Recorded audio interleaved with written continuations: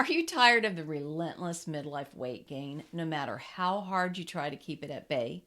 During this phase of your life, your body has unique needs and it's crucial to understand and cater to them. In this video, I'll share simple and powerful food swaps that can make all the difference. Discover how adopting a healthy diet tailored to your stage of life can transform your body and mind. Don't adopt another diet. Make some lifestyle shifts to create a vibrant, confident you. And if you're new here, I'm Dr. Gayla Gorman, a licensed acupuncturist, naturopath, and author of What's Your Kryptonite? On this channel, I'm here to help you reverse the effects of chronic stress so that you can cruise through menopause symptom-free, so that you can put an end to menopausal weight gain and the fat that comes along with it. Let's look at how to stop midlife weight gain with simple food swaps. We may have gotten away with eating things that we know really aren't great for us until midlife comes around. It sometimes starts as early as late 30s. Some people get away with it into their 40s, but typically by mid to late 40s into your 50s, you really start noticing that the things you used to be able to get away with, you can no longer get away with. The adjustments that you used to be able to make no longer work. Even diets that may have worked previously aren't working any longer. I talk to women really regularly that had success with some extreme diet, which I would never recommend, but they may have had success previously with an extreme diet. And so they try to turn to that again and it no longer works. And I have to explain that essentially using the extreme diet previously trashed their metabolism. And so now they have to heal their metabolism first before they even try to deal with some of these other issues that they're noticing are accumulating. So the first thing we're going to do is swap real food for processed food. I'm sure this is not the first time you've heard this, but if it comes in a box or a bag, if it's already been put together, it almost always has chemicals included. They use chemicals as preservatives, for coloring, for flavoring, and those chemicals make it really challenging for your body to sort of figure out what to do with it. So we've got to use real food that actually, is made from real ingredients. The next thing we want to use what I refer to as resistant starch. So if you search for resistant starch, you might see a little more information about this. This is a little controversial, but they actually did do some studies on this. If you're going to lean into real foods, as I just mentioned, you want to still consume carbs. I don't think carbs are evil, but we want to use real carbs. And so what does that look like? That looks like organic potatoes, organic rice. And if we want to keep that starch from really triggering our insulin production, especially for those of us who are already insulin resistant and really struggle to process carbs and to keep the mid-body fat from accumulating, then it's best to cook the potatoes or the rice, any of these starchy foods, cook them, cool them in the refrigerator overnight, and then reheat them. And there's something in that cooling and reheating process that changes the composition of them. They'll actually trigger less of a spike in your blood sugar. So you might want to just give that a try. The other thing I will say is that you need to understand the food sensitivities that you're dealing with. I don't like to tell the ladies that I work with that they have to really restrict any foods that they love. And I run specific scans and tests to really identify what is actually causing a problem in their body. But if you're trying to DIY this at home, then you're going to need to eliminate the big five. I'm going to talk more about that in a few minutes. But I just want you to know that these food sensitivities are spiking your immune system. And when your immune system is on high alert, your digestion is not working properly. So when our digestion's not working properly, then basically everything's backing up and accumulating. So as you can imagine, this is not a good combination. So we're also going to adopt a healthier diet. So I already talked about real food, but we need to really understand our nutritional needs. And I don't recommend calorie counting, and I certainly don't recommend calorie restriction. Calorie restriction is what I refer to as a race to the bottom. Your body is just going to adjust to the number of calories that you're consuming, and then it'll work initially because it takes your body a little while to kind of figure out what you're doing. But once your body has a few weeks, 3 to 6 weeks typically is what it takes for your body to adjust to that lower calorie consumption, then you'll find that you plateau and it makes it really hard to keep going. This is when we need to lean into some creative processes like intermittent fasting. Fasting, while it does tend to reduce caloric intake because you're eating less meals less often, maybe being a little more mindful about what you're eating. More importantly, it's kind of mixing it up and it's keeping your metabolism where it has to sort of continue thinking and readjusting. And that's what we want. We want a strong, flexible metabolic energy system that will adjust. The day that you splurge and you eat, 2,000-3,000 calories, your body's energy consumption will spike and it'll be able to deal with it. And then, on another day when you're eating a more normal 1,500-ish calorie consumption of, what I typically recommend is 2 meals, then you will find that your body can sort of go back and forth and adjust and you won't have a problem. Generally speaking, if you do the calculations, we should be consuming around 1,500 to 2,000 calories a day. And so on just a regular day, I typically recommend that you're consuming 2 meals. Again, real food, nutrient dense, satisfying meals that lead with protein. And we're going to talk a little bit more about protein in a minute, but just know that the nutrient density in the meals and making sure that you're consuming enough protein is critical. That will also make the meals feel more satisfying. And that's really important because if you feel like you're depriving yourself, then you're not going to be able to stick with it.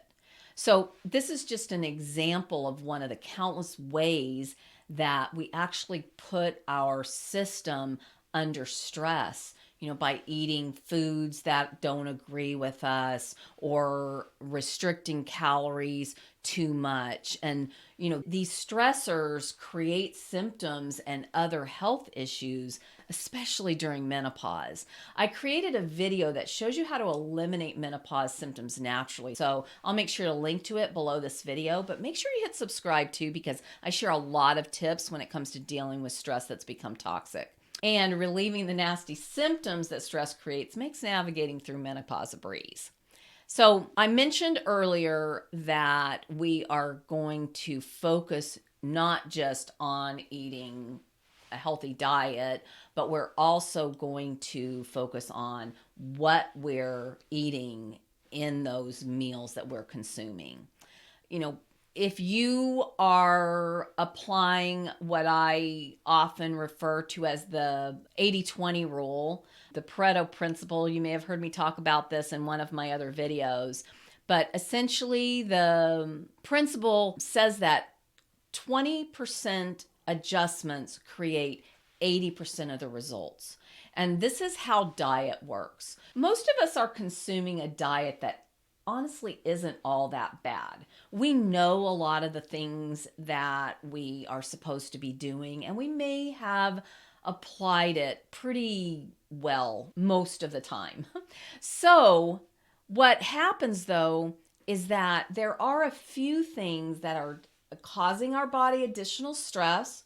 Refer to the food sensitivities, refer to the artificial fake foods, those sorts of things. We need to make 20% adjustments, and that's going to produce 80% of the results. So isn't that comforting to know that you're not going to have to completely overhaul your diet? You're not going to have to change everything you eat. This isn't some crazy keto diet that I'm talking about. This is basically just making a few food swaps that are going to be 20% adjustments, creating 80% of the results. So again, we talked about calorie restriction, and calorie restriction is a race to the bottom. That's not what I'm recommending. All I would say is that if you tend to eat really rich foods, rich meals that are really calorie dense, you're probably going to need to make some adjustments there. If you regularly are consuming 3,000 plus calories a day, as long as those 3,000 calories are not processed foods, you honestly could probably get away with it, but we don't tend to consume 3,000 calories a day without consuming a lot of junk. So that brings me to the big five that I mentioned earlier when we were talking about food sensitivities. So the big five that you want to eliminate if you're trying to do this at home without any other help is dairy. Pretty much everybody that I work with needs to eliminate dairy. So just get it out of your diet, take it off the list. You want to avoid cheese, yogurt, anything that is dairy. And for a lot of people, even alternative dairy like goat's milk dairy can create a problem. Kind of interesting that I was at a farmer's market, I don't know, a while ago. And the farmer, the goat farmer, she actually had goats and sheep. And we just got started chatting, and one thing led to another. And she told me that one of the reasons why people still have issues with goat dairy is that some goats, depending on their genetic makeup, just like the reason why we have issues is because of our genetic makeup and how that pairs with the genetic makeup of the animal's byproduct, right? That some goats have the same chemical structure in their dairy that cows do. Not all goats, but we have no way to know which goats do and which don't. The interesting thing is that she said no sheep have that same genetic makeup. So if you really just want to splurge on a little bit of dairy, use sheep's milk dairy. I will, from time to time, use a little sheep's milk manchego cheese in my salad.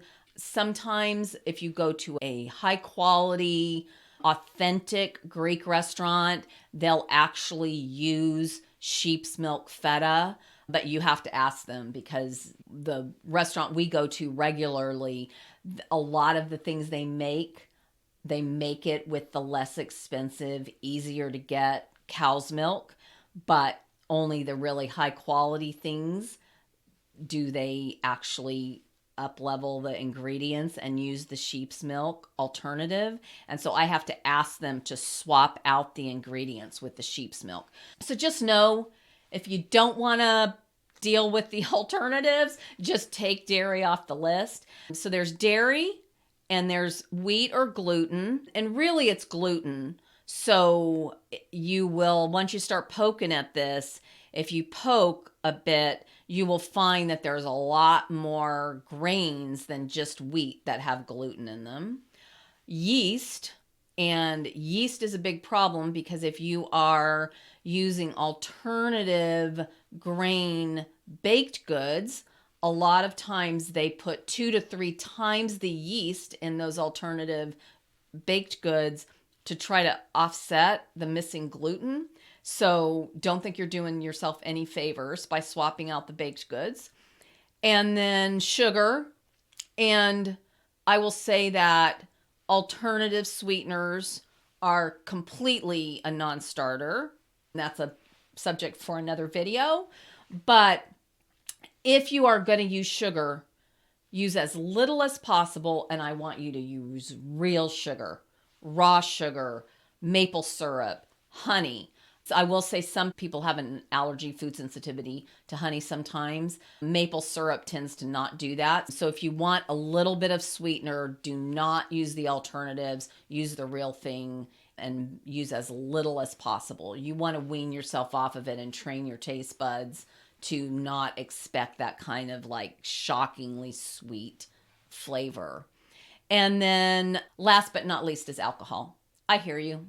I enjoy a glass or two of red wine from time to time myself. So if you're celebrating, if you go out to dinner and you want to enjoy a glass of wine, don't worry about it. Really enjoy it. But generally speaking, the less alcohol you consume, the better. And I will say, when we're talking about swaps, one of my favorite swaps is using mineral water and sparkling water and putting a splash of herbal tea in it. You can use, any flavor that you really enjoy with a little squeeze of fresh lime, and you will not know you're missing out drinking a cocktail. If you're like me and you really don't want to feel that feeling of being intoxicated, but you just kind of like the social feeling of enjoying a cocktail, then try my mocktail and let me know what you think. And then I just want to return for a moment to the protein discussion. You need to be consuming 20 to 30 grams of protein at least 2 meals a day. So I typically counsel the ladies that I work with that I want them eating 2 meals a day, generally consuming around 1,500-ish calories, and when possible, consume those 2 meals in about a 6-hour eating window.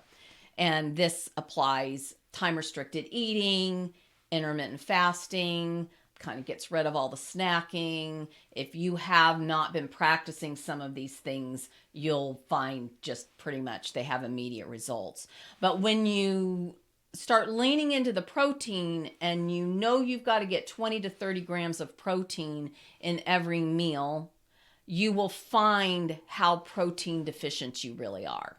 It's harder than you think to get 20 to 30 grams of protein unless every meal starts with protein, meaning like the meal gets built around whatever protein you're going to be consuming. So again, I don't recommend any specific diet. I want you to figure out how to do this in a way that works for you. It needs to be sustainable. You need to basically see yourself eating this way for the rest of your life. So you want to look at the foods that you typically eat, including the proteins. What kind of proteins would you be consuming? And then see how much of that would you have to eat in order to get your 20 to 30 grams of protein. Don't think you can consume much more than 30 grams of protein in a meal. Your body can't process that. It's going to turn it into sugar, store it, just like it does every other excess thing we put in there. So just keep it to around 30 grams max. But in order to get this 50 to 60 grams of protein in a day, you need to take a look at what you're consuming and put some thought into it so that you have a better idea. This was eye-opening for me, and I eat, pretty healthy. But when I started really calculating the grams of protein, even something like breakfast, where typically breakfast consists for me of a couple of eggs. I love egg salad, so I use really healthy, high quality mayonnaise, and I'll make egg salad with a couple of eggs. And that's something that I really can eat and enjoy, quick on the go kind of thing for breakfast. And eggs are typically 6, sometimes a very big egg is 7 grams of protein. So 2 eggs don't get me anywhere near my 20 to 30 grams of protein. I would have to eat 3 to 4 eggs, which I just simply can't eat 3 to 4 eggs in a sitting. That just honestly makes me nauseous. So I need to really look at that, and I need to say either I've got to add some additional protein to the meal to get to my 20-ish grams of protein. Sometimes I'll use a couple pieces of really high quality bacon. I buy really like the no chemical added, no sugar added bacon. And I really enjoy that. That adds a lot of flavor. And I'll add that bacon and I'll get to my 20 plus grams of protein. But if you really start looking at the meals that you consume and making calculations for yourself, you will see where you're falling short. And for all the vegans out there, I hear you. I can get my protein from my beans, and my broccoli's got protein in it. And, I hear you.